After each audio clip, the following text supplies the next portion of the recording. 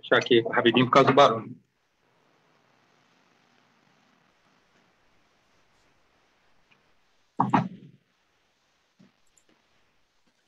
Acho que estão ao vivo já, tá não?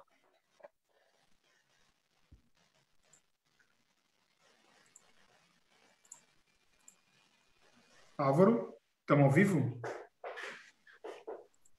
Estamos ao vivo. Estamos ao vivo já? Sim, sim. Opa, boa noite. Eu sou Ricardo Faria, editor do blog do Faria e aluno da maior escola de formação política do Brasil, o Renova BR. Esse é o hashtag Talks, que é um encontro que visa discutir temas da gestão pública, aproximando os cidadãos aos conteúdos e reflexões apresentadas pelos nossos convidados que possuem grandes experiências em políticas públicas. E nessa quinta edição, que está sendo transmitido ao vivo por nossas páginas no Facebook, vamos discutir os desafios das políticas culturais nos municípios. E para participar deste encontro, eu convido os meus amigos, Álvaro Jobal, ele que é analista de processos e projetos da Fundação Vanzolini, é formado em sistemas de informação, certificado em metodologias de mapeamento de processos e atualmente faz MBA em gestão pública. Boa noite, Álvaro. Boa noite, Ricardo. Boa noite, Pedro. Boa noite, Marcelo. Obrigado por estar com a gente aqui. E também Pedro Neto, ele que é engenheiro civil, pós-graduando em tutoria em EAD, fundador da Neto Engenharia, atualmente participando de projetos em áreas de construção civil, Lautec, educação e futuras oportunidades de alavancagem. Boa noite, Pedro. Boa noite, Ricardo. Boa noite, Álvaro. Boa noite, Marcelo. Obrigado pela presença. E o nosso convidado dessa edição do hashtag Talks é o meu amigo e penapolense Marcelo Manzatti. Ele é bacharel em Ciências Sociais pela USP e mestre em Antropologia pela PUC São Paulo e foi coordenador geral da Secretaria de Identidade e da Diversidade Cultural do Ministério da Cultura entre os governos Lula e Dilma e dirigiu a Secretaria Municipal de Cultura de Pirapora do Bom Jesus. Boa noite, Marcelo. Boa noite, pessoal. Boa noite a todo mundo que está assistindo. Obrigado pelo convite. Espero que a gente possa bater um papo bacana aí. Muito obrigado. Legal. Marcelo, o seu currículo é extenso pra caramba aqui. Eu só resumi as principais ali para a gente discutir. Por quê? O hashtag, de fato, é para a gente discutir alguns assuntos. A gente fez aqui o primeiro falando sobre o coronavírus, no interior paulista, conversamos com um membro do comitê de contingenciamento do Covid-19, falamos já sobre economia, falamos falamos economia, falamos sobre habitação e no último encontro falamos sobre atendimento ao cidadão, a importância da qualidade do atendimento ao cidadão. E agora a gente entra nas áreas das políticas públicas, né? E a gente gostaria muito de sugar as informações das suas experiências. A gente conversou até antes, você falou assim, olha, eu estou um pouco desatualizado, faz um tempinho que eu não estou ali na luta diária, mas a gente quer a sua experiência enquanto gestor, enquanto um cara que foi coordenador de uma secretaria importante no Ministério da Cultura e também já foi secretário de Cultura de uma cidade. E eu gostaria de saber como é que você está vendo hoje, para a gente começar bem basicamente, como é que você está vendo hoje o cenário da cultura no Brasil? Bom, o cenário é muito preocupante, né? De um modo geral, a gente está passando por uma época complicada não só para a cultura, mas para qualquer forma de expressão, qualquer forma de pensamento livre, qualquer forma de crítica, né, científica, educativa, qualquer tipo de abordagem que valorize a diversidade cultural, que valorize a diversidade de opiniões e o debate livre, né, o debate democrático. A gente está vendo uma época bastante ruim nesse sentido, então isso acaba impactando, de modo geral, todas as ações que a gente costuma incluir no campo da cultura, né? A gente acaba dando mais um olhar para a questão da arte, né? Mas a cultura ela é um campo desde da administração do Gilberto Gil, que esse conceito se ampliou bastante. Gilberto Gil foi ministro do governo primeiro, o governo Lula, né? No Ministério da Cultura. Gilberto Gil fez uma revolução, praticamente, chamaria, né, de uma grande revolução conceitual, e incluiu nas preocupações da política cultural uma série de setores, uma série de produções que a gente não costumava levar em consideração na hora de fazer os programas de formação das pessoas, de destinar recursos, de pensar no Brasil como uma potência mundial que é, né? Inclusive como referência cultural importante.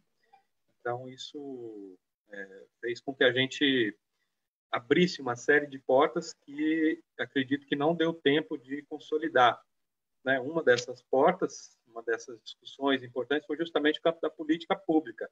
A cultura, qual seria, né, uma política pública ideal para o campo da cultura? Porque o Estado brasileiro é um Estado muito frágil, né? E a gente praticamente tem dois setores que a gente pode dizer que tem uma política pública estabelecida, que é o setor da educação e o setor da saúde. Né? Os dois setores que, historicamente, conseguiram, né, se estabelecer, criar sistemas, né, como o SUS na saúde, que agora a gente está vendo quão importante ele é, né, comparado com outros modelos que a gente assiste pelo mundo, né, na hora do enfrentamento dessa pandemia, como que a gente percebeu que o nosso SUS tão achincalhado, tão xingado, tão desprezado, ele dá conta, né, de um atendimento mínimo que é super importante para a população. Isso tudo porque existe, né, desde muito tempo, uma preocupação de se criar um sistema, que a gente chama de Sistema Único de Saúde, para esse setor tão estratégico da vida, né? Não é nem da vida das pessoas, da vida. Né? E a educação é a mesma coisa, né? A rede gigantesca, né, de educação, vai desde a creche até a universidade, ela está presente em todos os municípios, ela tem milhares e milhares de equipamentos, centenas de milhares de pessoas, de trabalhadores, tem recursos orçamentários garantidos pela Constituição, os prefeitos, os governadores são obrigados a investir uma fatia significativa, né, dos orçamentos municipais, estaduais, federais, nesses dois setores. As outras áreas todas, obviamente, também têm desenhos, né, de política pública, no transporte, na habitação, em vários setores, mas o setor da cultura, eu diria que deve ter sido um dos últimos a entrar nessa briga, vamos dizer assim, e a se estabelecer, né, como um setor cultural, e a gente tentou, durante alguns anos, esboçar o que seria um sistema de cultura, né, um sistema nacional de cultura. E quando a gente estava começando a alçar o voo desse sistema, começando a implantar e a capilarizar melhor esse sistema, a gente sofreu o golpe de 2016 e todas essas iniciativas foram praticamente abortadas, né? E a gente está vivendo agora a desconstrução disso. Desconstrução do Ministério da Cultura, por exemplo, que já nem é ministério mais, né? Acho que a gente deve estar, de 2016 para cá, deve estar já quase 10 ministros foram nomeados, né? Ministros, secretários, que até o status de ministério, né, foi perdido. O ministério esteve associado ao Ministério da Cidadania, agora parece que está no turismo, né? Então ele fica sendo jogado de lá para cá e ele perdeu aquela importância estratégica que tinha dentro da malha do governo federal, né, que era uma malha que acabava dando um padrão, vamos dizer assim, dando uma linha para que estados e municípios acabassem seguindo, né? Muitos programas nasceram, né, no governo federal, como o Programa dos Pontos de Cultura, e eles acabaram sendo incorporados como política pública nos demais níveis da federação. Né? Então, para construir essa política, a gente teve alguns esforços gigantes, né, que foram feitos.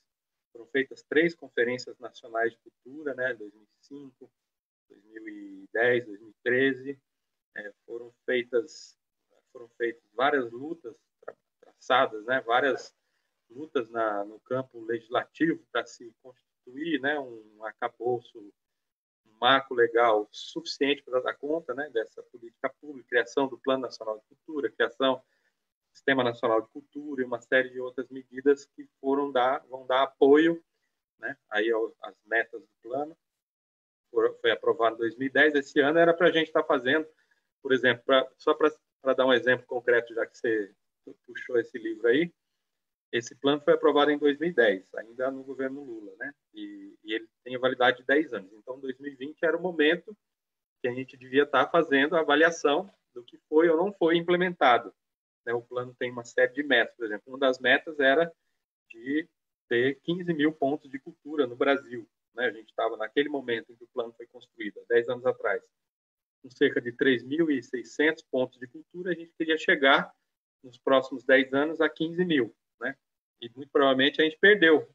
Daqueles 3.600, se a gente tiver uns 600 hoje, eu acredito que seja muito, né? E isso mantido não pela política inicial do governo federal, mas por políticas de municípios e estados. Até mesmo iniciativa privada, né? Então, não conta como ação pública, né? Então, é esse momento que a gente está vivendo. Álvaro. Olá, Marcela, novamente.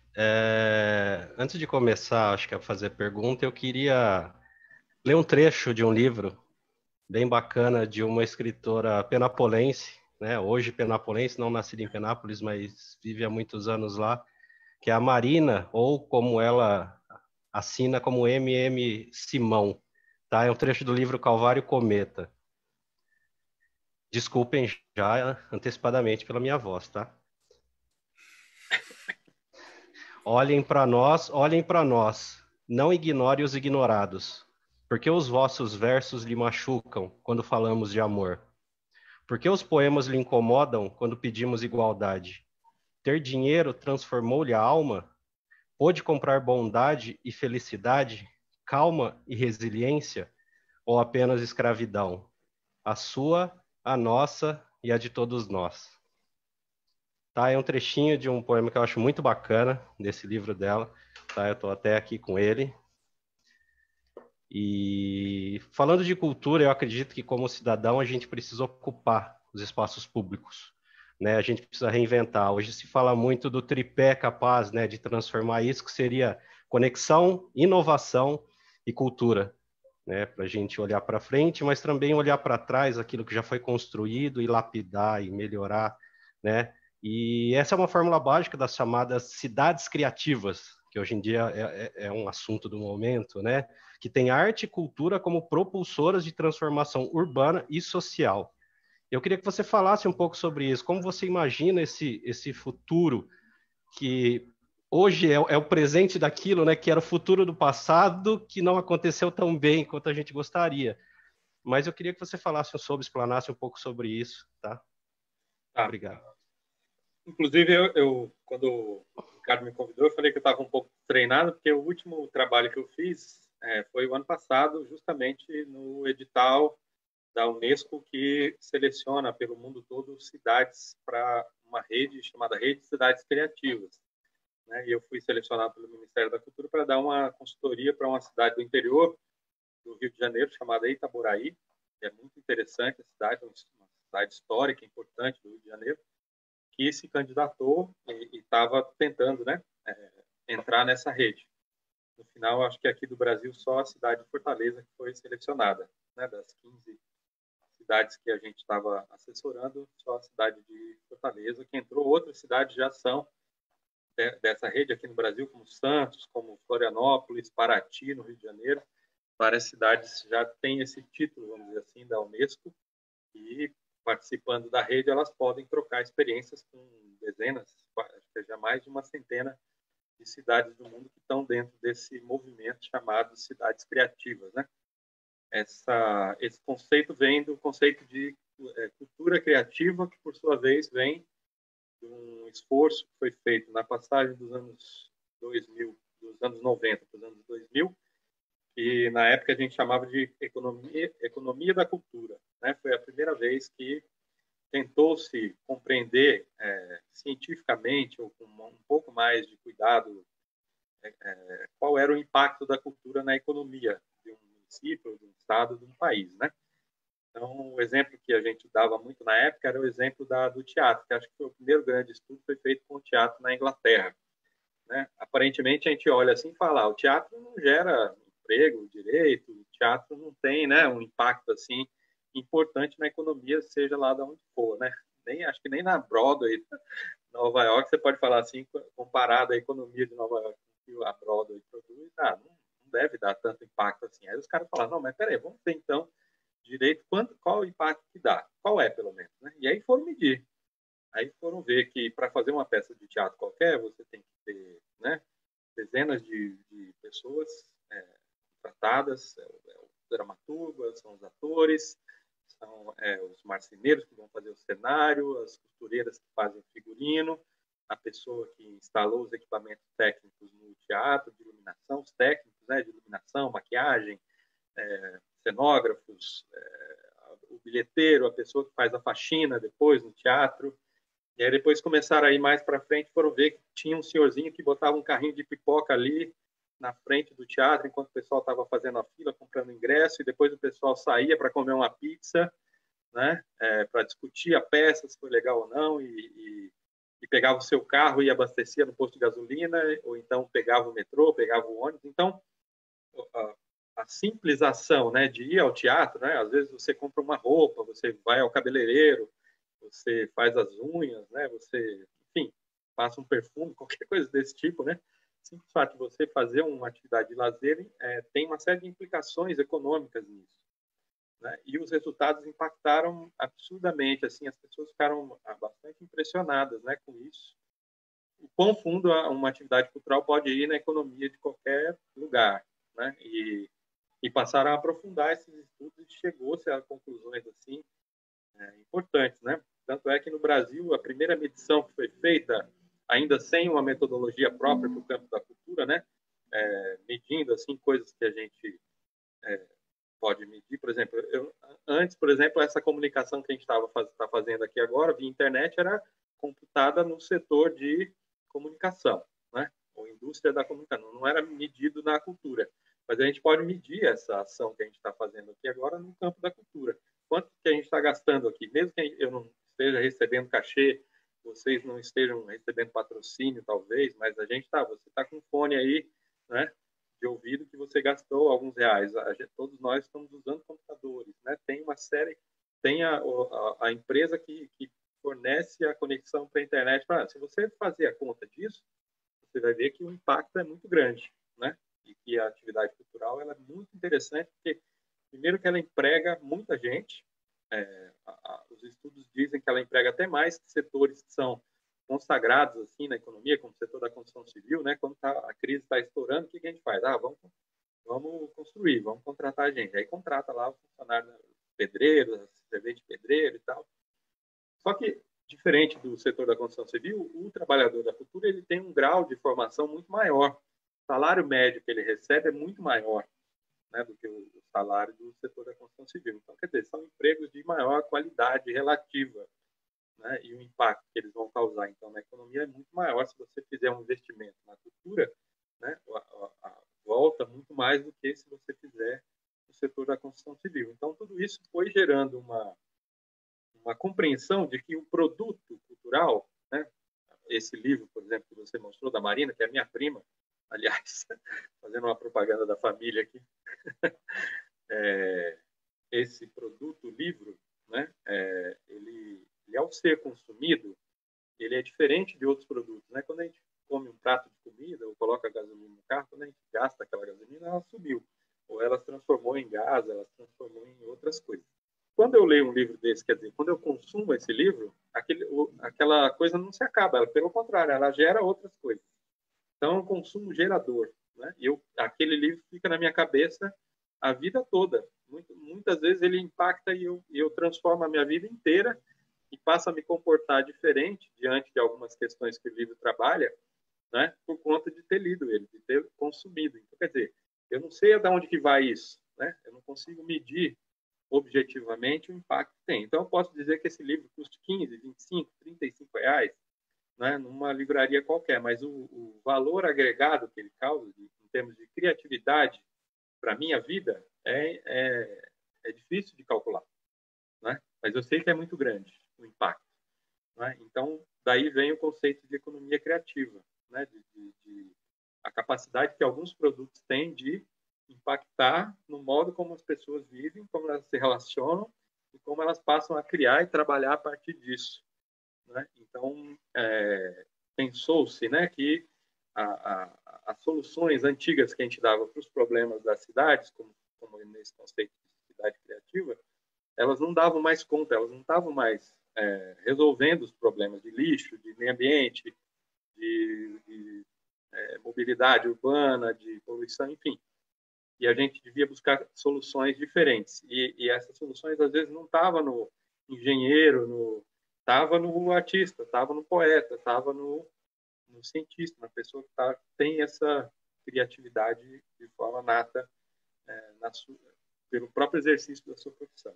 Não sei se eu te respondi, mas um pouco do que eu sei do que é esse conceito de cidade criativa, né? Maravilha. Ô, Só, Pedro... pode ir, vai, só um comentário rapidinho, Marcelo. Duas observações só. Eu não sabia da familiaridade com a Marina. Eu a conheci na rede social, por rede social mesmo, e me interessei pela publicação. E outra coisa, eu sou profissional da área de exatas, né? Eu trabalho com processos, né? Processos gerenciais. Mas isso que você está falando, né? Estudando um pouco sobre cultura, a importância da área de humanidades, né? De humanas, de cientistas sociais, para se medir, né? Porque se você for falar em exatas, é fácil você criar métricas, indicadores, dados, mas é importante da área de humanas para poder analisar o cenário social, né? E transformar isso em dado também, em medir, tá? É só um comentário. Claro. Pedro. Boa noite, Marcelo, novamente.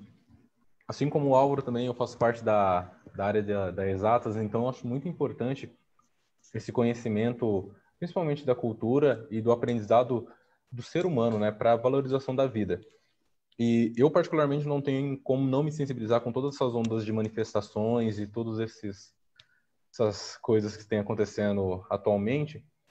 E eu gostaria de saber, na sua opinião, como mestre em antropologia, o impacto da cultura na formação do cidadão. É automático, né? Por exemplo, a gente está conversando agora. Se a gente está conversando e trocando ideias, tem uma ideia dentro da sua cabeça que você passa para mim, eu passo a minha para você. Como que a gente faz isso? A gente faz através da língua. A língua é uma expressão da cultura, entendeu? Então, muitas vezes a gente pensava assim, a cultura é aquela cerejinha do bolo, né? Aquele enfeite, aquele algo mais, aquele toque final que a gente dá quando a gente quer fazer alguma coisa importante. Eu diria que é o contrário. A cultura é a própria massa do bolo, entendeu? É a própria, né? Da liga na massa é a cultura, né? E é só a partir da cultura que a gente pode dizer que a gente é um homo sapiens, vamos dizer assim, né? Que a gente vive, que a gente pensa, que a gente se relaciona. Então, portanto, o impacto dela na sociedade é gigantesco, né? Se eu participei, eu especializei, né, ao longo desse trabalho na cultura com culturas populares e tradicionais. Sempre trabalhei com comunidades indígenas, comunidades quilombolas, grupos de reis, de congada, de expressões que são tradicionalmente produzidas por pessoas que vivem em grupos socialmente fragilizados, que têm uma vulnerabilidade social grande, que estão nas periferias, estão na zona rural, que têm dificuldade, por exemplo, de acesso à internet, coisas desse tipo, né?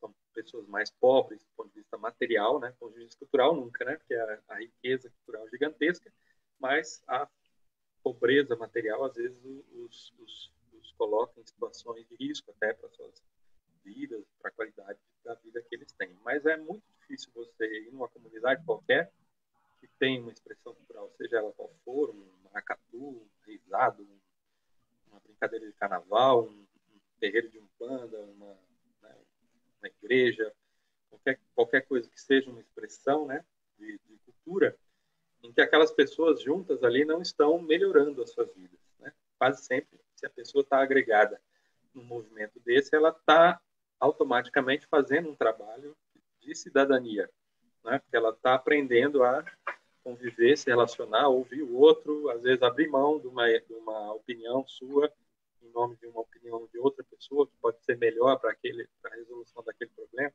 Então, ela aguarda, vamos aguardar agora, né? Por exemplo, agora a gente está vivendo um problema na pandemia, que é um problema, basicamente, é um problema de cultura. Apesar da pandemia ser um problema de saúde, a gente está fracassando no enfrentamento da pandemia, porque culturalmente, socialmente, a gente não consegue se organizar, entendeu? A gente não consegue respeitar uma regra mínima, que é, por exemplo, usar máscara, né? Eu olho aqui para fora, aqui do lado aqui tem uma janela, eu olho para fora, vejo o pessoal passando e para lá e para cá, e a maioria não usa máscara, mesmo com a lei obrigando, mesmo com a conscientização. Então, isso é uma convenção social, né? E eu, ao abrir mão de usar máscara, eu não estou abrindo mão só da minha saúde, eu estou atacando a saúde da outra pessoa. Se eu não tenho condições de entender isso, que é um acordo mínimo, né? A gente não estamos falando de grandes filosofias, não estamos falando de ideias complexas, estamos falando de uma ideia simples, entendeu? Então, isso tudo, a cultura ajuda, né, a resolver esses problemas. Então, num lugar em que você tem mais atividade cultural, que as pessoas trocam mais através da expressão cultural, elas têm mais facilidade de ter uma ação cidadã mais completa, mais interessante, né? Não sei se eu respondi. Entendi. Claro que respondeu. Quer falar alguma coisa, Pedro?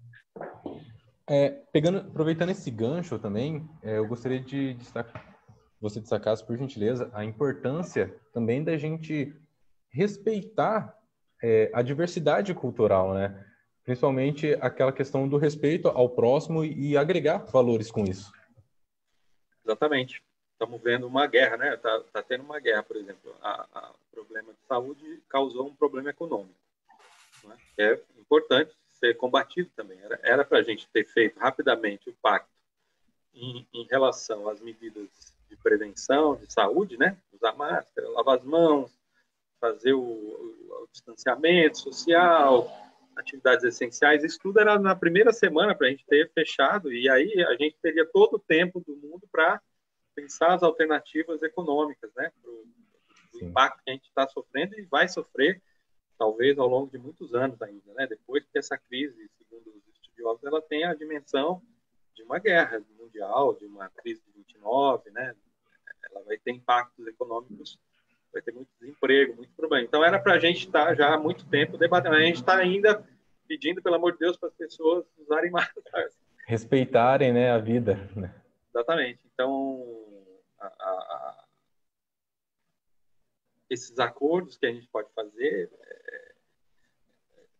ficam complicados, né? Porque a gente não consegue se comunicar direito, a gente não consegue respeitar o outro, né? Quando o cara, o empresário, vem e coloca, olha, eu estou com um problema aqui. Então, claro, é um problema sério, mas tem gente, por exemplo, a esquerda que critica os empresários que estão sofrendo um prejuízo. O pessoal da direita critica o pessoal da esquerda que vê, né, na questão do isolamento, do distanciamento, uma medida de estratégia, inclusive, que, né, se a gente tivesse ficado quieto em casa um pouco mais de tempo, talvez a questão econômica fosse menos afetada, né? Sim. Mas a gente não conseguiu fazer esse pacto, a gente não consegue conversar mais. Tem quase que uma impossibilidade hoje no Brasil da diversidade de opinião ser respeitada. Parece que a gente vira um inimigo automaticamente um do outro, entendeu? E esse comportamento a gente já vinha observando nas redes sociais. As redes sociais parece que geraram um tipo de comportamento anti-diversidade, né? Porque eu só tenho ali no meu, né, na minha lista de amigos pessoas que são iguaizinhas a mim, né? Eu só falo com aquelas pessoas, eu só ouço aquelas mesmas músicas, só vejo os mesmos filmes. Isso vai ser péssimo a médio e longo prazo para a nossa vida como um todo, né? E isso pode gerar violência, pode gerar uma série de consequências que já estão acontecendo, né? Acontecendo agora nos Estados Unidos, mas aqui também é cotidiana a violência, né? E isso sempre vem atrelado, por exemplo, que só a minha opinião importa, a da outra pessoa não tem relevância. E se você não acreditar nisso, você não tem que dar opinião. É sempre assim, né? Exatamente. Parece que às vezes a gente está ouvindo outra pessoa dizer, né? Mas a gente realmente não está ouvindo. A gente está só esperando a hora de eu falar.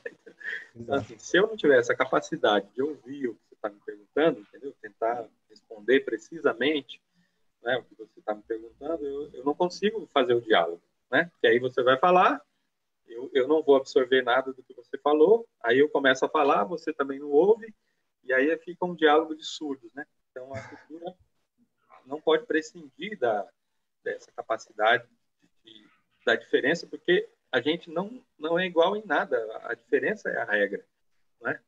Quando a gente entra num acordo, é muito raro, assim, né? A regra é ser diferente, né? Você usa a barba de um jeito, eu uso a barba, todos nós aqui somos barbudos, mas cada um tem um jeito de pensar essa questão, entendeu?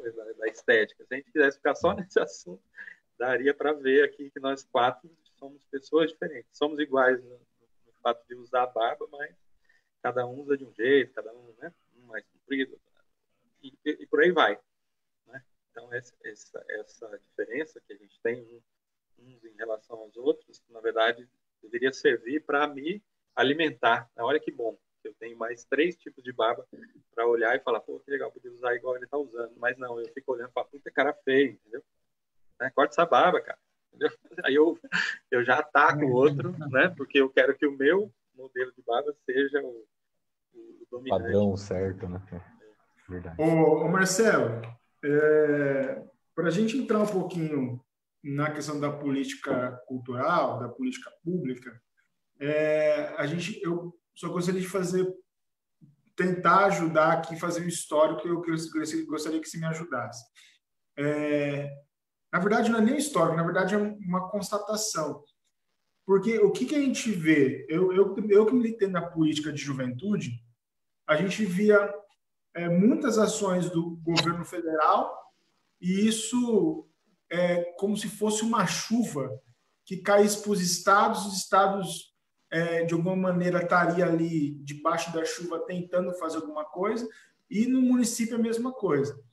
Quando você não vê essa política pública acontecendo a nível nacional, a nível estadual, a nível municipal, ela tende também a cair, a diminuir e tudo mais.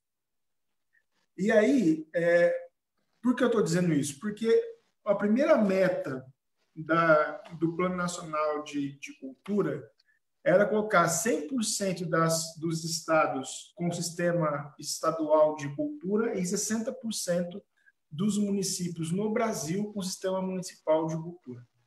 E aí, nós, pernapolenses, somos privilegiados, porque a gente conseguiu, em 2011, criar o Plano Municipal de Cultura e, em 2013, criar o Sistema Municipal de Cultura. O sistema deveria ter vindo antes até do que o plano, mas acabou vindo depois do sistema. E o sistema, dentro do sistema, diz que os órgãos orgânicos do sistema é a Secretaria Municipal de Cultura, que ainda existe aqui, o Conselho Municipal de Política Cultural, que ainda existe, não vejo muito falar sobre o Conselho de Cultura, mas recentemente vi, inclusive, decretos modificando membros do Conselho, então está ativo. As bibliotecas municipais, a biblioteca móvel, que é o Livrônibus. O Livrônibus, até 2012, na gestão do ex-prefeito João Luiz dos Santos, era muito presente na cidade. A partir de 2013, já na gestão do prefeito Sérgio Oliveira, houve um problema enorme com relação ao Livrônibus. Ficou muito tempo parado na primeira gestão, funcionou, creio que, 6 meses a 8 meses na primeira gestão, e na segunda gestão não funciona mais. É uma política pública que se perdeu pelo tempo. Muito porque foi outra gestão que fez, né? O Museu Histórico Pedagógico, o Museu do Folclore, o Museu do Sol, o Teatro, o CEL e a Casa de Cultura ainda são órgãos que existem. E aí, dos instrumentos, o que me chama a atenção, o Plano Municipal de Cultura está aqui, o Fórum Municipal de Cultura, ou as conferências, faz muito tempo que não tem uma conferência de cultura. Para ser muito sincero, a minha memória, não sei se vai ajudar, mas foi em 2012, no último ano da gestão do ex-prefeito João Luiz. De 2013 para cá, não lembro se fez, acho que fez uma. O Fundo Municipal de Cultura, que em tese deveria ser gerido pela Secretaria em consonância com o Conselho, é gerido 100% pela Secretaria, então não tem a mão ali do Conselho. Os sistemas de informação, de informações, indicadores culturais, não existe até agora. Os programas de capacitação tem, mas está capenga. E o Sistema Municipal de Financiamento à Cultura. E aí, esse Sistema Municipal de Financiamento à Cultura é uma briga que nós, artistas, eu falo nós porque eu já fui artista muito tempo e hoje não mais, não estou atuando tão à frente assim, mas a minha esposa é atriz profissional. A gente briga muito pelo Sistema Municipal de Financiamento à Cultura. Esse também é uma briga, inclusive, do atual vereador, né, que está cobrindo a vereadora Esther Lucas Casella. E aí, na lei que cria o Sistema Municipal, fala da seguinte maneira, que é apresentado que o sistema será apresentado pelo poder público no prazo máximo de 6 meses após a publicação dessa lei. Essa lei foi criada em junho de 2013, então já devia ter apresentado em janeiro de 2014, 6 meses depois. E até agora nada, vai completar 8 anos, 7 anos. E aí eu queria ver contigo, e acho que seria interessante você falar, qual é a importância desses mecanismos para que possa, de fato, fazer a política cultural acontecer no município. Afinal de contas, você já foi um secretário de cultura, você sabe qual é a importância disso. Qual que é a importância de ter esses mecanismos para a gente fazer uma política cultural decente no município? E depende de qualquer município, na verdade. Né?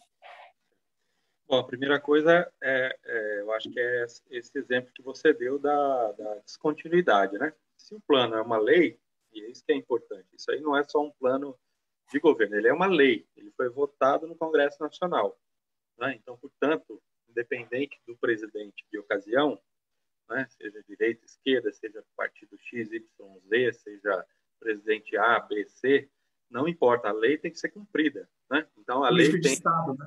uma política de Estado, é uma política pública, ela não é uma política de governo, né? Então, o primeiro ponto é esse, ele tem um prazo de 10 anos, então ele vai pegar pelo menos 2 mandatos e meio, né? No Brasil, os mandatos são de 4 anos, né?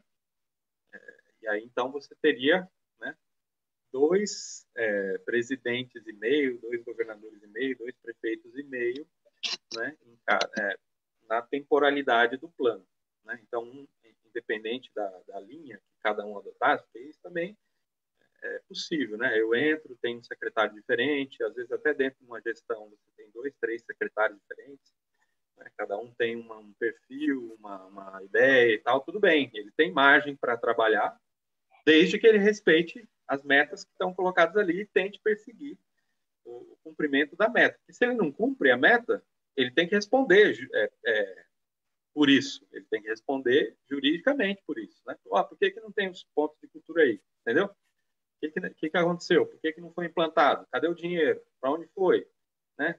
Mudou por quê? Não estava no orçamento? Por que não pôs no orçamento? Então, aí você tem uma série de mecanismos. Aí entra o poder legislativo, entra o poder judiciário, entra a sociedade para poder cobrar, né, a implementação da lei. Porque aí, senão também, se a sociedade não ficar em cima, né, a gente, no Brasil, tem aquela tradição das leis que pegam e lei que não pega, né? Quer dizer, a gente é super bom, tradição portuguesa, né? Vota leis maravilhosas, a nossa Constituição de 88 é elogiadíssima no mundo todo, como modelo e tudo mais, só que 90% do que está dito ali não se cumpre, né? Então, assim, não basta colocar no papel, né? Tem que se efetivar a lei. Então, como que eu faço isso? Eu faço através de uma série de outros mecanismos que estavam previstos na ideia do sistema, que também é uma lei, né? O sistema foi votado, o Sistema Nacional também foi votado depois, né? O Plano Nacional é de 2010 e o sistema é de 2013, né? Então, não tem problema que seja desconectado às leis. O importante é que elas vão criando um mecanismo que se conecte, que a gente faça também essa relação. Por exemplo, se o governo federal está fazendo uma política, por exemplo, o governo federal no campo da educação faz o Enem, entendeu? O governo do estado não precisa fazer um Enem do estado. já tem o Enem nacional, entendeu? O Estado vai fazer o quê? O Estado vai cuidar das universidades e vai cuidar das escolas, né, do ensino fundamental e médio. O município vai fazer o quê? O município vai cuidar das creches, entendeu? Então, tem uma distribuição de responsabilidades ali dentro do sistema que permite que a gente gaste melhor o dinheiro, né? Que eu não vou gastar 3 dinheiros, por exemplo, fazendo Universidade Federal, Estadual e Municipal no mesmo lugar, né? Se já tem uma federal, para que eu vou fazer uma estadual ou municipal, né? Para quê? Eu tenho a FUNEP aqui, né? Mesmo que ela não sendo pública, né? Mas eu posso, por exemplo, eu como prefeito posso fazer uma política de bolsa. Acho que até tem, né? Uma política de bolsas para que as pessoas tenham acesso ao ensino superior aqui no Brasil. Então, isso é uma política pública, não é? Eu destino recursos para que na cidade de Penápolis eu tenha desde crianças na creche até pessoas fazendo graduação, pós-graduação. Não é? Então, a política, no caso da cultura, tinha o que a gente chamava do CPF, né? Que era o Conselho de Cultura, o Plano de Cultura e o Fundo de Cultura. Né? Esses 3, pelo menos, a gente tinha que ter.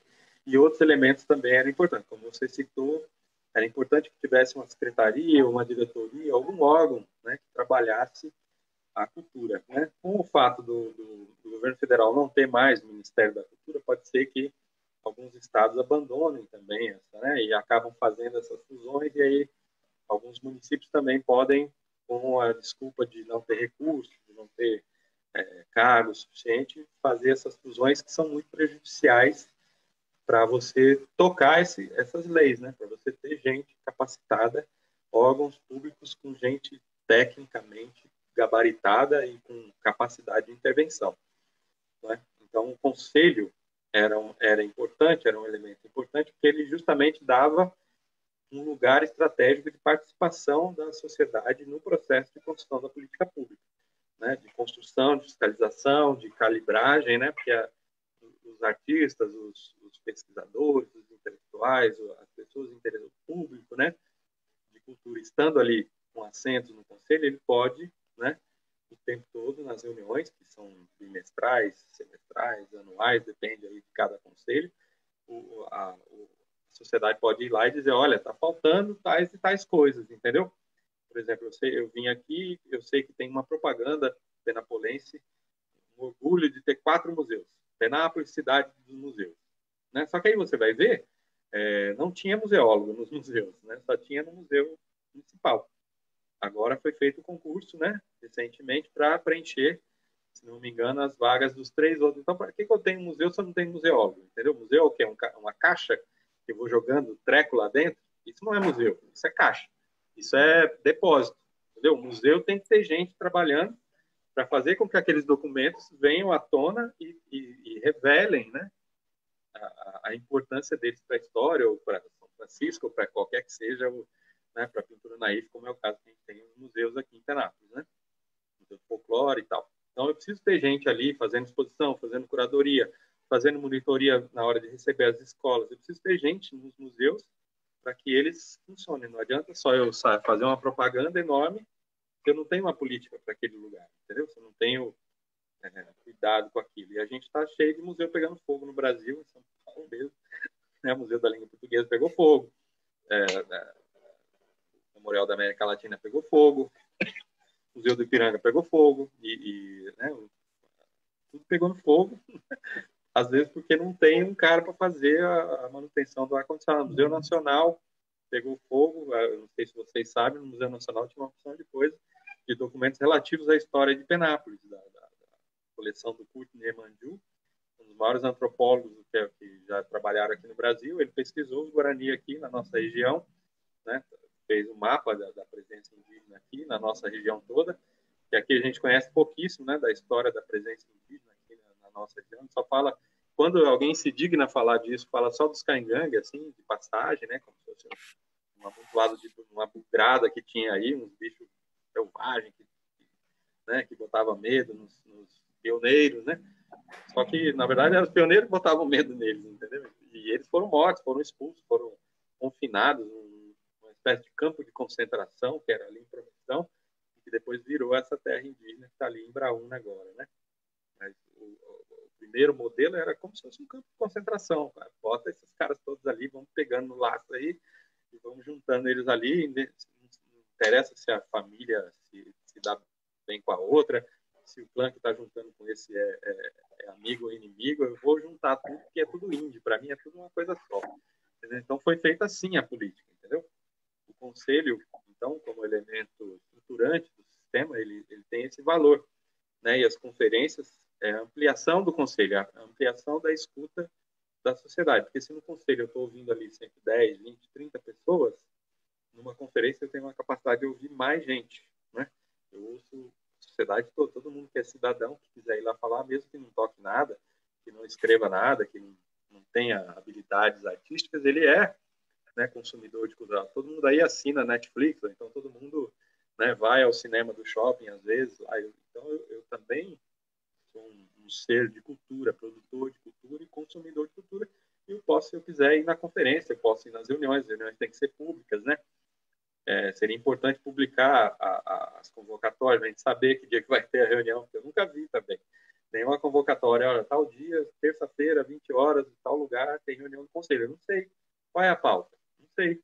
Entendeu? O que decidiu? Não sei, não se publica as atas. Entendeu? Então, assim, é importante, não é só ter o conselho decorativamente, mas um conselho de fato, né, que atue e que a gente possa, como militante, trabalhador desse setor, saber o que está sendo feito, né? Até onde eu sei, por exemplo, a política da cidade era transformar a secretaria em Secretaria de Cultura e Turismo, porque havia um recurso na Secretaria Estadual de Turismo, das instâncias turísticas, que melhorava um pouco o dinheiro para investir, né? Mas isso é ridículo, isso não é política, isso é um plano de cultura, entendeu? Vamos para o turismo porque tem mais dinheiro, né? Para fazer o quê? Não tem plano, não tem política, entendeu? De fato foi aprovado, existe mesmo, hoje é a Secretaria Municipal de Cultura e Turismo, existe um projeto de instância turística no governo do estado, está parado esse processo, mas de fato é essa questão. Houve, há muito tempo atrás, inclusive, isso foi na gestão do ex-prefeito Firmino Ribeiro Sampaio, lá no começo dos anos 2000, uma casa de turismo, tal, pensando em política, em turismo cultural, pensando nos museus e tudo mais. E aí, na minha fala anterior, eu até tinha falado que eu não lembrava se tinha feito conferência nessa atual gestão. E aí, você falando, eu acabei lembrando que houve sim uma conferência, e aí foi interessante porque um cara, um membro do Estado, veio para cá e o cara trabalhava justamente com os museus, e ele falou, olha, o único museu de vocês aqui em Penápolis que tem condições de fazer uma apresentação para fora da cidade é o Museu do Sol, porque conversa com as artes, conversa com a arte naif, conversa com as artes ingênuas, né? Agora, quem de São Paulo, por exemplo, vai se interessar em pegar o carro, andar 500 quilômetros para ver o museu histórico da história da cidade de Penápolis? Não tem interesse nenhum o cara que mora em São Paulo, que não tem ligação nenhuma com Penápolis. Ele deu esse exemplo. É lógico que o museu histórico entra num bojo de conhecimento dos museus, se caso esse cara venha conhecer o Museu do Sol. Mas não seria um atrativo, né? E aí a política em si fica perdida, porque a gente acaba não discutindo a política pública, principalmente na área cultural, com a sociedade, tentando construir um plano que possa ser viável não só para a cidade, mas também para apresentar para o público fora, né? Pelo menos foi feito, né? O plano, foi feito um esforço da conferência, né? Porque, na verdade, a conferência municipal ela era uma etapa da nacional, né? Então, sempre que se convoca uma conferência nacional de cultura, os municípios também têm que convocar, o estado também tem que convocar. E aí vão se construindo por camadas, né? Eu faço a municipal, eu elejo alguns representantes que vão levar as propostas de Penápolis para a conferência estadual. Aí chega lá, a conferência estadual, mesma coisa, né? O estado de São Paulo elege delegados que vão levar para Brasília as propostas de São Paulo para a política cultural, entendeu? Sendo que ele já fica, né? Penápolis já ficou com as propostas para o seu plano municipal de cultura, o estado já ficou com a sua, e agora vamos a etapa nacional. Eu cheguei a encontrar, quando eu trabalhava no Ministério da Cultura, uma menina que era uma delegada aqui de Penápolis, que chegou a ser delegada nacional, e infelizmente eu não lembro o nome dela. Mas eu lembro que ela trabalhava na Secretaria de Cultura na época e foi, né, representando Penápolis e representando o Estado de São Paulo nessa. Então, o conselho, que é o primeiro do CPF aí, é estratégico, né? Porque só o artista mesmo que sabe onde está apertando, né? O calo, por exemplo, agora que a gente não pode fazer show, agora que a gente não pode se reunir, aglomerar pessoas, o que vai acontecer com os artistas, entendeu? Os artistas têm condições de ficar 4, 5, 6 meses sem trabalhar, né? Ontem foi feito um esforço de aprovação de uma lei de emergência cultural, foi aprovada no Senado, já tinha sido aprovado na Câmara, foi aprovado no Senado. O município está fazendo alguma coisa, né, em termos municipais, para abrigar, né, esses artistas que tocam nos bares, os grupos de teatro que não podem ensaiar, o pessoal que organiza as quermessas, as festas, né, as cavalgadas, não está tendo reunião nas igrejas. Então, quer dizer, a cultura está paralisada, entendeu? As pessoas estão só consumindo e produzindo cultura através da internet, como a gente está fazendo aqui agora. Quem não tem internet? Qual é o grau de conexão da população penapolense, né? Eu estou trabalhando na educação, estou vendo, né? A gente está lá tentando dar aula para os alunos, né, da rede pública, e 80% não chegou, né? Porque só tem um celular na casa, o celular é da mãe, aí o celular é muito precário, não dá para baixar o aplicativo para assistir às aulas. Aí, quando baixa o aplicativo, não dá para assistir o vídeo que o professor mandou o link, porque é no YouTube, aí consome os dados né, do pessoal, e o menino não faz a atividade lá. Então, quer dizer, a prefeitura está cuidando disso, tá? Vamos tentar fazer um jeito de que a internet seja uma conexão pública, né? Porque é um serviço hoje de primeira necessidade, né? Todo mundo está conectado o tempo todo, 24 horas. Então, existe uma política para isso? Não existe, né? As pessoas que querem ter internet têm que pagar, contratar produtos privados, né? Cada um faz a sua assinatura aí e vai vivendo disso. Isso não é estratégico, né? Do ponto de vista da política, né? E o fundo, né? Que é o F do CPF aí, né? O plano foi aprovado, né? Não sei em que condições que está, não conheço as metas, não sei se elas estão sendo cumpridas, se tem um acompanhamento disso, né? O conselho devia estar acompanhando e devia estar dizendo para a gente, olha, a meta 22 não está sendo cumprida porque, né, não tem museólogo. Não sei se a meta 22 fala de museu, mas sei lá, deve ter alguma meta que diga, olha, até 2020 todos os museus de Penápolis têm que ter museólogo profissional contratado. Beleza, cumpriu porque fez o concurso, agora vai ter, até o final do ano vai se contratar as pessoas e vão ter. Ótimo, cumpriu a meta. Beleza, e agora? No plano 2030, né? O que vem? Então agora vamos então tornar os museus atrativos para visitação dos turistas, já que a gente quer transformar Penápolis numa instância turística. Então vamos enriquecer o acervo dos outros museus, que é fraco, vamos fazer uma divulgação melhor do Museu do Sol e tal, que é o museu, né, nosso mais chamativo nesse sentido. O que a gente pode fazer? Então, tudo isso é plano, população participando, monitorando, acompanhando e dando os feedbacks para a gestão poder fazer uma política calibrada, né? E aí tem outras coisas, mas basicamente é isso. Tem uma política, mas tudo isso se desmoronou, né? 2016 para cá, né? E a gente só está agora assim na defesa, jogando na defesa, né? Tentando montar uma retranca para não perder muito, né? Então, já perdemos o Ministério da Cultura, a última ministra, secretária da Cultura, que era a Regina Duarte, foi demitida há 2 semanas, só que ela não foi exonerada ainda. Então, consta lá, ela está lá no cargo, ainda recebendo salário, mas o Ministério está lá acéfalo, entendeu? Não tem ninguém dizendo, olha, tem que fazer isso, tem que fazer aquilo, né? Aí eu vejo um cara lá da Fundação Palmares, que é uma instituição do Ministério da Cultura, dizendo que Zumbi era um escroto escravista, entendeu? Que mãe de santa, tudo essas macumbeiras, sabe assim? Então, assim, se a parte do Ministério da Cultura que cuida de cultura negra chama Zumbi de escravista e chama as sacerdotisas do candomblé de macumbeira, sabe assim? Que política cultural que eu vou esperar de um pessoal desse? Não tem A gente devia estar, a gente fica assim tentando, né, jogar na defesa para não perder mais, né? Sem dúvida. Álvaro ou Pedro?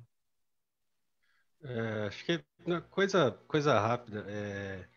Acho que é importante só um complemento aí do que vocês falaram. Eu acho que Penápolis ainda assim, eu acho que sai na frente dentro de um cenário que eu vi no IBGE aqui, que nem 50% dos municípios têm plano municipal de cultura. Acho que termos isso, cabe a nós também como cidadão e todos os poderes aí municipais trabalharmos para reforçar isso, que é importante, sim.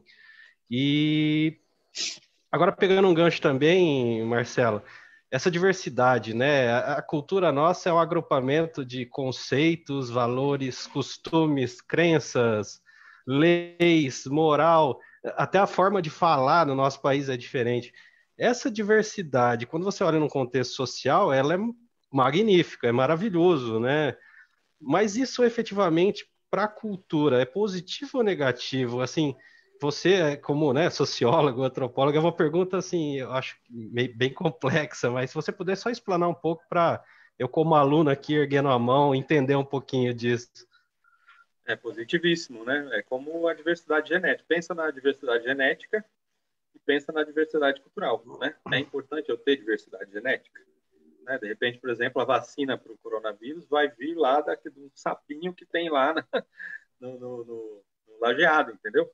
É dali que vem, que a gente tinha na natureza isso, e as pesquisas vão encontrar lá um sapo que consegue destruir esse vírus, e aí a gente vai estudar por que aquele sapo não pega, né? Não fica com essa doença. Aí vamos trabalhar aqui essa proteína que ele produz aqui e tal. Então, a diversidade genética tem essa riqueza, né? E é importante que a gente a preserve, né? E, da mesma forma, a diversidade cultural, né?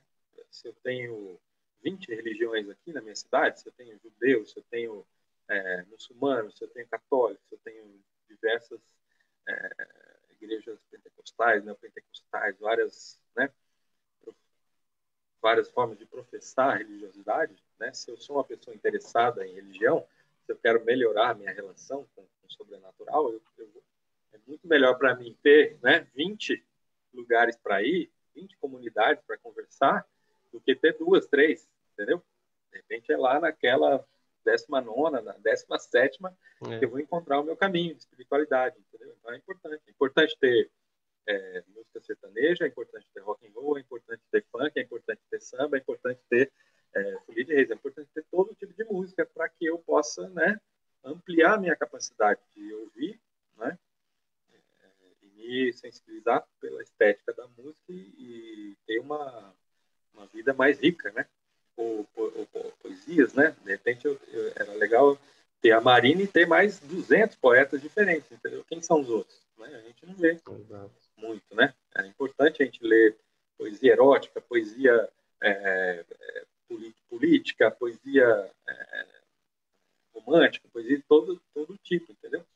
Mas a gente acaba tendo uma produção muito pequena, mesmo quando tem a produção, de repente a pessoa não consegue publicar o livro dela, né? Se ela consegue publicar, ela não consegue fazer circular aquele produto num preço acessível, né? Que a população possa ler, né? Possa consumir isso, né?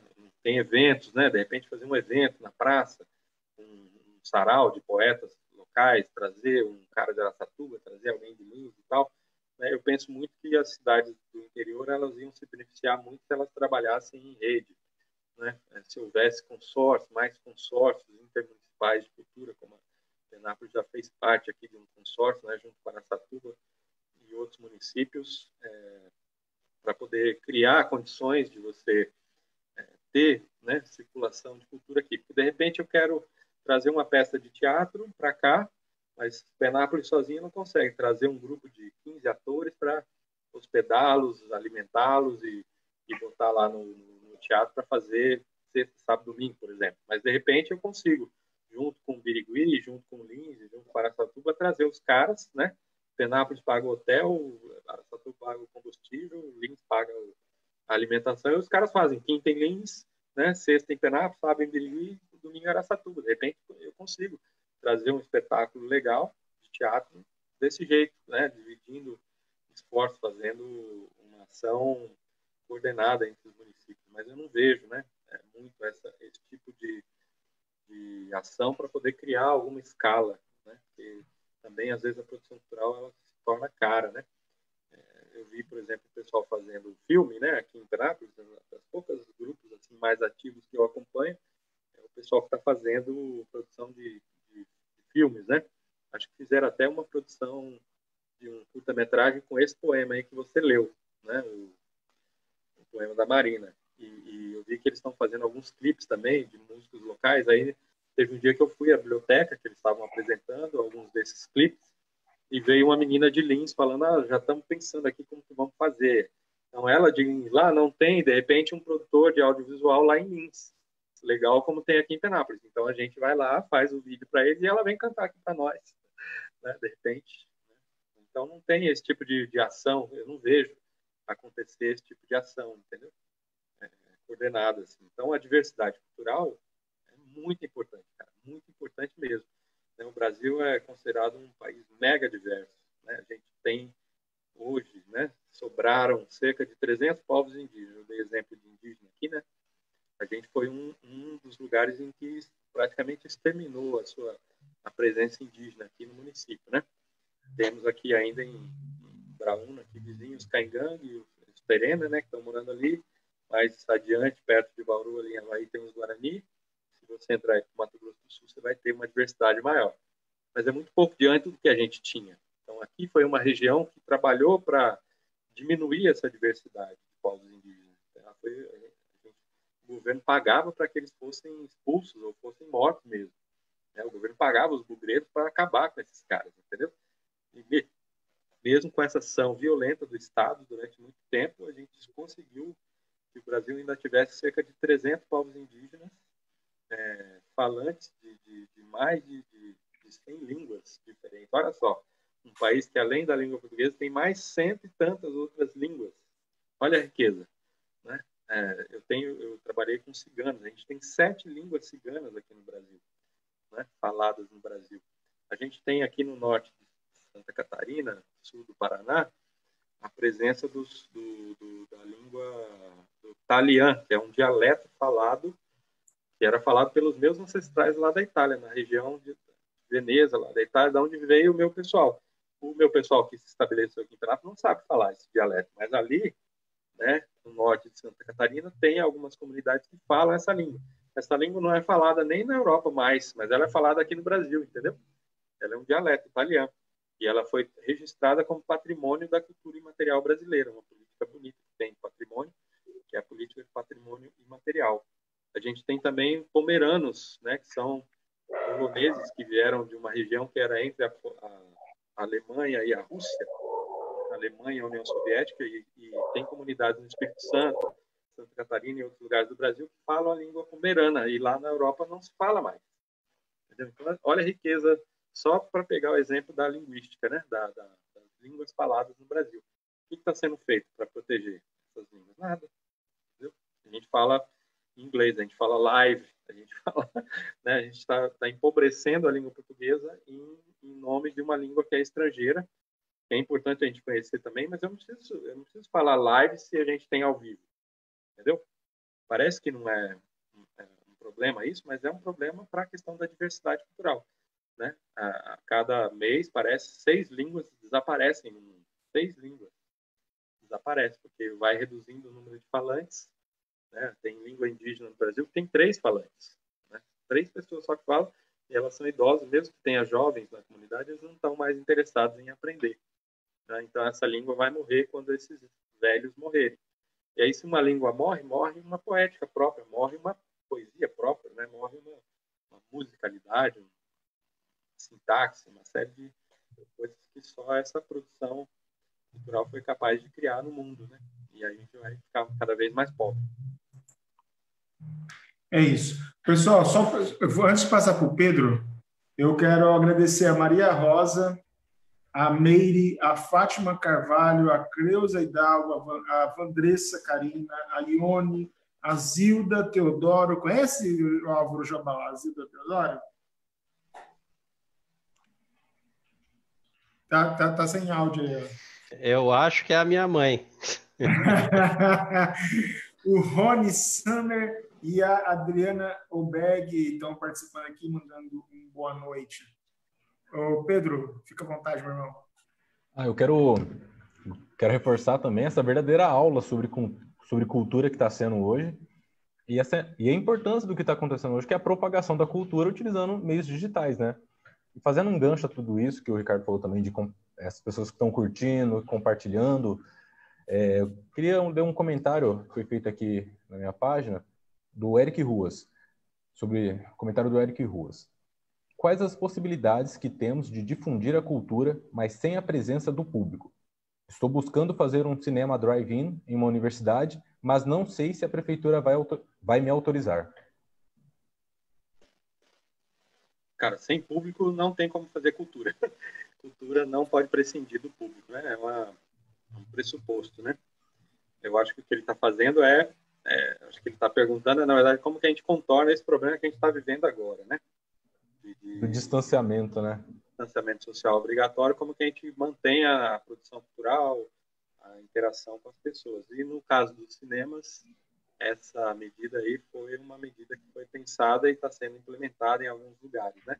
Brasília mesmo, foi o último município que eu morei. Eu estou falando algumas coisas aqui de Penápolis, mas estou falando muito de Abelhudo, porque eu fiquei 30 anos fora, voltei há pouco menos de 2 anos, então ainda estou tomando contato com as pessoas, conhecendo, né? Tentando me enturmar para saber o que está rolando. Mas Recentemente foi feito aqui em Penápolis. No shopping. Um drive-in? Drive-in. Entendi. Foi uma saída que o pessoal de cinema pensou, e para implantar, eu não sei quais são as condições técnicas para isso, né? Não sou da área de cinema, e não sei também em termos de circulação na cidade, quais seriam os alvarás que teriam que ser tirados. Provavelmente cada município trabalha isso de uma forma diferente. Eu não sei de que município ele está falando, mas eu recomendaria que ele fosse até esses lugares que estão fazendo essa experiência e tentasse ver com os produtores de lá quais as soluções que eles deram para que se possa efetivar essa iniciativa, que seria muito boa, né? Era um costume antigo, até os anos 60, se não me engano, 50, 60, era muito popular esse tipo de cinema, né? Quando começou o carro se tornar um bem popular, né? Que a população, classe média pelo menos, começou a ter acesso a carro, então fazia tudo no carro, comia-se no carro, drive-thru, né? Comia-se nas lanchonetes que servia no carro. A gente vê naqueles filmes antigos americanos muito isso, e pode ser uma solução temporária, né? E pode ser até permanente também, de repente, depois que volta. É legal a gente ter também diversidade nesse sentido, né? Respondendo o Álvaro de novo, né? Diversidade de filmes que a gente pode ver. Eu quero ver um filme do Vietnã, eu quero ver um filme da Tanzânia, eu quero ver um filme da Romênia. Eu não vejo, eu só vejo filme americano, entendeu? No máximo eu vejo um filme francês, um inglês, quando eles conseguem furar. O ano passado o Parasita lá, que é da Coreia, ganhou o Oscar, né? Aí todo mundo, primeira vez na vida. O Oscar tem mais de 100 anos, foi a primeira vez que um filme não americano ganhou, né? Então, assim, mais do que ter filmes, temas diversos, produzidos por pessoas diferentes, era legal também ter experiências diferentes de como ver cinema, né? Ver na sala grande, ver na sala pequena, ver no drive-in, ver no streaming, ver cinema de todo jeito. O importante é ver cinema. Mas aí eu não consigo, infelizmente, responder tão bem o nosso colega que perguntou aí. Ô Marcelo, a gente já está com 1h e quase 1h08, verdadeira uma aula aí de cultura, de política pública. E aí a questão é o seguinte, acho que para a gente ir para a reta final, enquanto vocês estavam falando aqui, eu levantei o plano de metas da prefeitura de Penápolis, né? E aí, porque a cultura em Penápolis ela não tem as metas como tem no Plano Nacional de Cultura, né? Eles criaram muito mais o plano e dentro tem as do diretrizes. Plano acaba... Tem as diretrizes, isso. Então, não é plano, então. Ele é um anteprojeto de um plano, porque o plano, obrigatoriamente, ele tem que ter meta. A meta, ela dá uma quantidade, ela dá uma precisão para a diretriz. Por exemplo, Penápolis vai ter 4 museus funcionando, entendeu? Isso é uma diretriz. Agora, a meta até 2020, todos os museus têm que ter pelo menos um museólogo. Então, eu dou um prazo, 2020, eu dou uma meta quantificável, um museólogo. Então, o que o gestor público tem que fazer? Ele tem que lutar para fazer o concurso para contratar museólogos. Aí eu cumpro a meta, entendeu?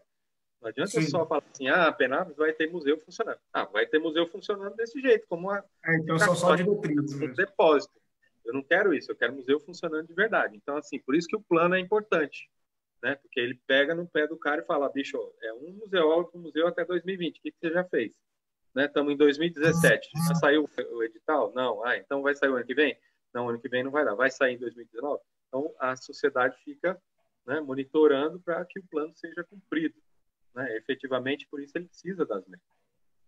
Sim, e aí tá aqui, eu estou até com a lei aberta aqui, uma lei 17.799, 19 de dezembro de 2011, então vence 2021, a gente vence os 10 anos do plano, né, municipal de cultura e estabelece as diretrizes para as políticas municipais de cultura. Então vence no ano que vem, em dezembro do ano que vem. E aí eu estava olhando os plano de metas aqui, tem assim metas. As metas da Secretaria de Cultura de Penápolis são metas de fazer festa. Basicamente, tem festas e eventos aqui a rodo, né? Enfim. Mas eu queria para um outro lado. Acho que a gente, recentemente, o Senado aprovou a lei, foi intitulada o Aldir Blanc, né? De ajuda... Oi? Foi ontem, aprovada ontem no Senado. Né? De 3 bilhões de 3 bilhões ao setor cultural, né? Passando isso para os estados, para os municípios, ajudando as entidades culturais, as empresas e tudo mais, e também tendo um auxílio de R$600, né? E a gente sabe que esse auxílio de R$600 é uma ajuda momentânea, porque a gente sabe que a cultura vai ser dos últimos setores a voltar na economia, né? Muito porque os teatros estão fechados, vão continuar sendo fechados e vão ser dos últimos. Qual que é a sua ideia com relação a isso? Como que você vê a aprovação dessa lei?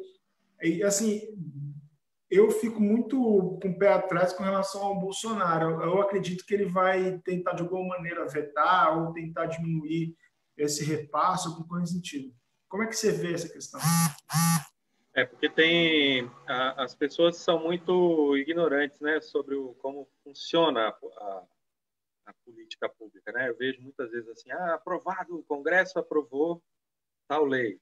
Aí todo mundo sério, fala, aí eu vou ver a notícia, não é o Congresso, foi a Câmara, uma comissão da Câmara aprovou em primeira instância, entendeu? Qualquer lei para ser aprovada e valer, né, ela tem que ser publicada no Diário Oficial. Para ela chegar a ser publicada no Diário Oficial, ela passa por um ritual que é gigantesco, assim, entendeu? Então, primeiro, por exemplo, essa lei, primeiro ela deve ter sido discutida na Comissão de Cultura da Câmara dos Deputados, se foi um deputado que propôs. Se foi um senador, começa a discutir na Comissão de Cultura do Senado. A comissão ela é um grupo menor de deputados ou senadores, dependendo da casa em que ela está sendo discutida, porque ela é uma proposição do campo da cultura. Então, ela passa pela cultura e ela vai para uma segunda comissão onde esse tema é aparentado, né? Vamos dizer, a Comissão de Economia, de Direitos Econômicos, sei lá, porque é uma lei emergencial para suprir, nesse momento, a carência material dos artigos. Então, vai para a segunda comissão, discute lá, vota, faz emenda, tudo mais, tem prazo, e aí depois vai para uma terceira e última comissão, que se chama Comissão de Constituição e Justiça, para saber se a lei não está ferindo, né, a lei máxima, que é a Constituição. Então, passadas essas 3 etapas, ela vai para o plenário da Câmara, entendeu? Aí ela vota se ela tiver muita modificação, na hora da votação, os deputados podem vetar, né, podem colocar emenda e tal. Se mudar muito, ela volta de novo para as comissões, entendeu? Mas se ela for aprovada, ela vai para o Senado e ela faz o mesmo caminho. Só que no Senado é invertido. Ela vai para a Comissão de Constituição e Justiça, Comissão de Direito Econômico e Comissão de Cultura. E aí ela vai para o plenário do Senado. Se ela for modificada lá, ela tem que voltar para a Câmara, entendeu? As pessoas não conhecem esse rito. E no final, finalmente, da coisa, né, o presidente tem poder de veto. Né? Ele pode vetar parte da lei ou ele pode vetar ela totalmente. Então, por exemplo, o Bolsonaro pode pegar essa lei, que foi aprovada lá no Senado como R$ 600. Ele pode falar, não, não vamos dar 600, não, vamos dar 300, vamos dar 200, vamos dar 100, vamos dar 500. Ele pode vetar um trecho, né? Ou ele pode vetar tudo, não vai dar nada. Então, como o Bolsonaro é o vetor maior dessa perseguição à cultura, à ciência, à educação no Brasil, eu não me espantaria, né, se ele fizesse isso, se ele vetasse a lei. Obviamente que tem um custo isso, porque se ele veta, mesmo ele vetando, a lei volta para o Congresso pode derrubar o veto do presidente. Para isso, ele tem que ter um quórum maior, né? Se for aprovado 50% mais um, para derrubar o veto, se não me engano, são 70%, 75% dos deputados têm que votar. E aí, se os deputados derrubarem o Isso é o veto... Congresso Nacional, né? Deputados e senadores. Aí o presidente tem que, obrigatoriamente, cumprir a lei, independente se é do gosto dele ou não, entendeu? Aqui em São Paulo, a nossa lei estadual foi assim, né? Tinha um movimento cultural, queria fazer uma lei nos moldes da lei de fomento ao teatro municipal lá de São Paulo. Era a lei de fomento à cultura, né, de São Paulo. Né? E aí, na época, o secretário tentou vetar de todo jeito, tentou parar o movimento, não conseguiu. A gente conseguiu passar tudo do jeito que a gente queria na Câmara, na Assembleia Legislativa. Na hora que foi para o governador, que era o Alckmin na época, sancionar, ele falou, não, do jeito que está, eu vou vetar. Né? Porque não tem dinheiro, aquela conversinha de sempre. Né? Aí a gente falou, se você vetar, a gente tem quórum para derrubar seu veto, vai ficar feio para você. Aí ele falou assim, então não, então vamos fazer uma discussão diferente. Eu quero apresentar um projeto alternativo para vocês. Vocês me dão um tempo aí, me dão uns 3, 4, 5 meses. E aí ele trocou a secretária na época, que era a Cláudia Costin, trouxe o secretário João, esqueci o sobrenome dele agora, cineasta também. E aí veio o projeto do que a gente hoje tem como lei, que é o PROAC. Né? Ele dividia 50% do dinheiro era um dinheiro direto, via edital, e outras 50% era via lei de incentivo de ICMS, PROAC e ICMS, que a gente chama, né? Então, isso aconteceu aqui em São Paulo, pode acontecer agora com o Bolsonaro. Mas eu acho que o setor cultural ele já foi afetado já desde o governo Lula, não, do governo Dilma. Ele já começou a perder a importância estratégica que ele tinha. Várias medidas foram tomadas pela Dilma enfraqueceram o Ministério da Cultura, né? Mesmo que a gente ainda continuou implantando programas novos e tudo mais, comparado com o período Lula, o período Dilma já foi de diminuição, vamos dizer assim, da importância estratégica da cultura na política pública. Né? Aí depois, com a entrada do Temer, ele já de cara tentou acabar com o Ministério da Cultura, né? O movimento reagiu, aí ele nomeou aquele deputado carioca, o Caleiro, né? O cara tomou uma catracada lá do deputado Gedel lá, porque o Gedel queria que o IPHAN liberasse um prédio particular lá, uma obra que ele estava apoiando lá, e o IPHAN falou que não ia liberar. O cara tirou o ministro da Cultura por causa disso, entendeu? Então, assim, no Brasil é esse movimento, né? A política ela é feita o tempo todo. Como a política foi criminalizada no Brasil, como ela foi tratada como uma coisa abjeta, né? Como uma coisa que só aqueles bandidos lá fazem, entendeu? As pessoas acabam não pressionando, não participando disso. Era importante que mais gente participasse, né, da política, porque a política não é nada mais, nada menos do que o nosso interesse aqui. Nós, todos aqui, como agentes culturais, temos interesse nisso que foi votado ontem lá. Né? O que eu fiz para participar disso? Eu pressionei o meu deputado aqui da minha região, que eu votei. Eu sei em que deputado eu votei, porque as pessoas às vezes não lembram nem em que deputado elas votaram, entendeu? Qual é o deputado federal que você votou na última eleição? Você que está assistindo. Provavelmente alguns de vocês não lembram mais. Então, como é que eu vou, através do meu representante, né, eu sou artista, como eu chego lá e impacto a decisão que vai ser tomada no Congresso? Eu ligo para o meu deputado, ligo para o assessor dele e falo, olha, essa lei é de interesse nosso aí, eu quero que o deputado vote a favor. Entendeu? Eu tenho que fazer isso, esse tipo de coisa. O Conselho Municipal de Cultura tinha que fazer, a Associação de Cultura, o movimento cultural tinha que fazer esse tipo de trabalho, mas não se faz porque a gente foi ensinado a abandonar a política. Se a gente abandona a política, as pessoas que cuidam dela vão tratar dela como uma coisa particular e não uma coisa pública, né? Então, por isso a gente tem tanto problema no Brasil, um problema de cultura política, né? Já que a gente está falando de cultura. É isso. Marcelo, eu queria... Vocês dois têm mais alguma consideração? Porque a gente já encerra, são 1h18 já de live. Não, tá ótimo. Tomar mais tempo do Marcelo. Então, eu queria agradecer demais a presença do Marcelo Manzatti aqui. De fato, foi muito produtiva a nossa conversa aqui. Eu queria, então, agradecer o Pedro, o Álvaro e o Marcelo para a gente encerrar. Obrigado a vocês pelo convite mais uma vez. Dizer que esse tema é muito importante mesmo, né? Todo mundo sentiu quando começou a pandemia, né? A importância todo mundo foi para ler livro, foi ver filme, foram feitas milhões e milhões de assinaturas novas do Netflix e o Zoom, essa mídia que a gente está usando aqui também tem milhões de novos assinantes e tudo mais, né? Percebeu-se, né, a importância, o espaço gigantesco que a cultura ocupa na vida das pessoas, né? Como que a gente deve tratar esse tema com muito mais carinho do que a gente trata no dia a dia, né? Dizer também que Penápolis, a trajetória que eu fiz na minha vida tem muito a ver com a força que a cultura tinha no município de Penápolis, né? Eu fui, por exemplo, do tempo em que a gente tinha escola de samba aqui em Penápolis, entendeu? No carnaval. A gente não tinha só o carnaval do clube. Tinha escola de samba, então não tem mais, então hora que perda, entendeu? Era interessantíssimo isso, era uma escola de samba referência, inclusive no estado, desfilava em outros lugares, entendeu? Tinha o Museu do Sol, tinha o Itaú Cultural, né? Quantas vezes eu não fui assistir vídeo lá no Itaú Cultural, quando eu tinha que fazer trabalho para a escola, eu via exposições maravilhosas lá, entendeu? Então, hoje não tem mais também, perdemos, né? Quantos festivais de teatro eu não participei, né? Como ator, ou como bilheteiro, como, né, ajudando ali o pessoal a se ensaiar, limpando, varrendo o teatro para a gente poder fazer as nossas apresentações lá.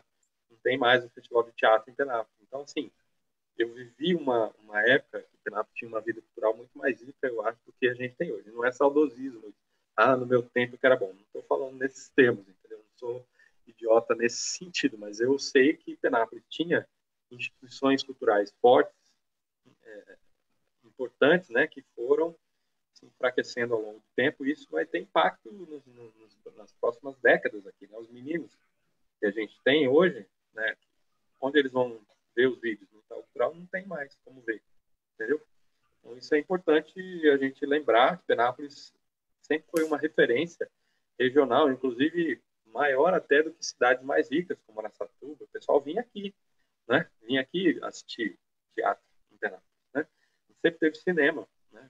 O cinema lá da Praça Carlos Sampaio era um cinema gigantesco, né? Hoje ele está dividido em dois, mas ele era uma sala só, né? A gente assistia filmes importantes lá, né? Agora só tem o cinema do shopping que é pequeno, né? Então, esse tipo de coisa parece pouco, mas é muito importante, né? Que a gente tenha essa preocupação para que a nossa cidade possa ser uma cidade melhor para os seus habitantes, né? Muito obrigado. É a valorização do folclore e da cultura municipal, né, Marcelo? Exatamente. E é tão importante quanto a festa do Saltinho do Galinari, quanto a peça de teatro, quanto o cinema. Eu não faço distinção de importância dessa. É tudo produção cultural nossa, né? Tudo isso tem um valor inestimável, porque é a nossa população se expressando, né? E melhorando a qualidade de vida das pessoas. Eu agradeço particularmente a verdadeira aula sobre cultura hoje. Agradeço também aos meus amigos Ricardo e Álvaro. E mais um #Talks. Tamo junto. Tchau. É isso aí, Álvaro. Quer encerrar aí? Falar também? Não, tá ótimo. Não, agradecer. Esse encontro foi muito bom e falar de cultura, a gente falou mesmo de diversidade, né? Somos diversos, né? Isso é muito importante aqui. Somos 3 amigos de opiniões diversas, né? Concordamos, discordamos, mas temos um bem comum. Eu acho que isso é muito importante. É muito importante como sociedade a gente se unir, e talvez nesses momentos mais críticos como que a gente está passando. Eu espero que isso seja uma luz, mas infelizmente a gente não está vendo tanto isso, mas seja uma luz de união aí para o futuro, pensar mais no próximo. Essa diversidade, ela é muito importante. Quando eu perguntei da diversidade, era porque eu acho muito importante, sim, é maravilhoso tudo que o Marcelo falou, mas infelizmente a gente tem alguns gestores que parece que não. Seria mais fácil se não fosse tão diverso assim, né? Infelizmente. Mas que fique aí a lição para todos nós e obrigado mais uma vez. É isso aí, pessoal. Então, encerrando, obrigado, Alvo, obrigado, Pedro, obrigado, Marcelo.